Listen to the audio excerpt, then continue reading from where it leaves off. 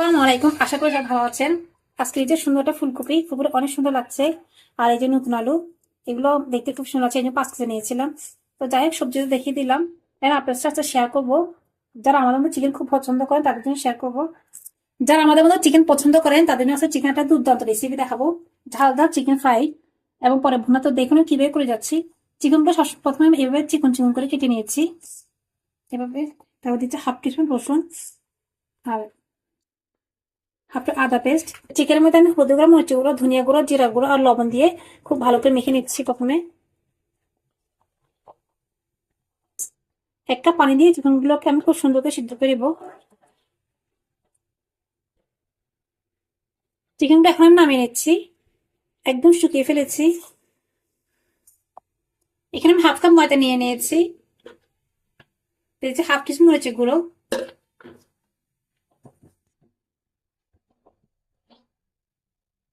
দিয়ে দিচ্ছি সামান্য পরিমাণ লবণ, 1 টিস্পুন দিচ্ছি কর্নফ্লাওয়ার। এগুলোকে আমি খুব সুন্দর করে একটা ব্যাটার বানিয়ে নেবো। এখন একটা কড়াই বসিয়ে আমি তেল দিয়ে তাটা গরম করে নিয়েছি। তো তেলটা গরম হয়েছে নাকি দেখার জন্য 1 চিমটি দিয়েছি লবণ। কারণ তেলটা যথেষ্ট গরম হয়েছে, আমি খুব সুন্দর একটা ব্যাটার করে নিয়েছি।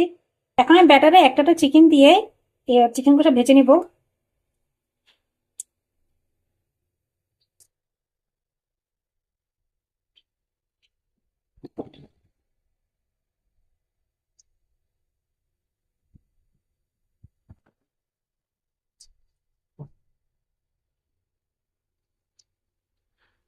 সবগুলো চিকেন দিয়ে দিয়েছি, চিকেন গুলোকে এখন উল্টে দিচ্ছি।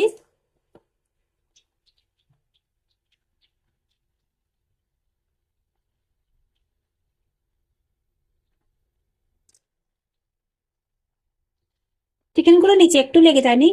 তেলটা খুব গরম করার পরে যদি আপনি চিকেনটা দেন তাহলে কোনো ফ্রাই নিচে লেগে যাবে না, খুব সুন্দর উঠে আসবে। চিকেন গুলো আমি খুব সুন্দর করে ভেজে নিয়েছি, এখন একটা একটা করে চিকেন তুলে নিচ্ছি। এবার সবগুলো চিকেন তুলে নিবো।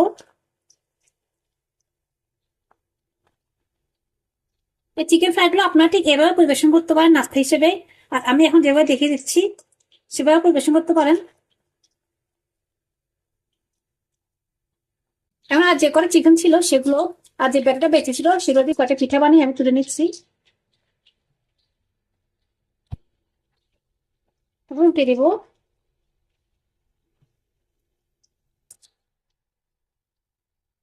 এখন আমার খুব সুন্দর ভাত হয়েছে, দেন কি সুন্দর লাল টুকটুক কালার হয়েছে। তো সবগুলো আমি খুব সুন্দর করে বেছে নিয়েছি, এখন ঠিক আবার তুলে নিচ্ছি।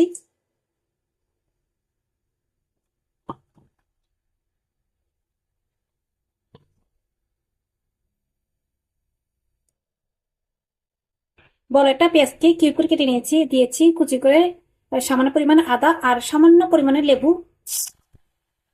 লেবুটা না চান আপনার, এটা কি টক টক ভাব আছে, একটু টেস্ট আসবে। যখন এই পেঁয়াজটা একটু নরম হয়ে আসবে তখন আমি দিয়ে দিব 1 টিস্পুন মুরগির মাংস মশলা। এই মশলা দেওয়ার কারণে টেস্টটা অনেক গুণ বেড়ে যাবে।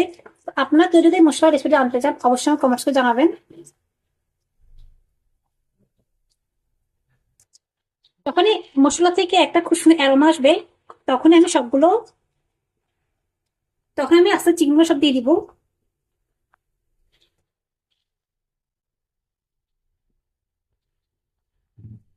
আমি সবগুলো উল্টে পাল্টে দিচ্ছি। দেখতে কত লোভনীয় লাগছে, খেতে তার থেকে বেশি টেস্ট হবে। এভাবে চুলা আমি ঠিক 5 মিনিট রেখে দিব। তো 5 মিনিট পর আমি ফিরে এসে দেখিয়ে দিচ্ছি কেমন। আমি একটা ভেঙে দেখে চিকেনটা কত ক্রিস্পি আর কত জুসি হয়েছে, দেখুন ভিতরে একদম খুব সুন্দর সিদ্ধ হয়েছে।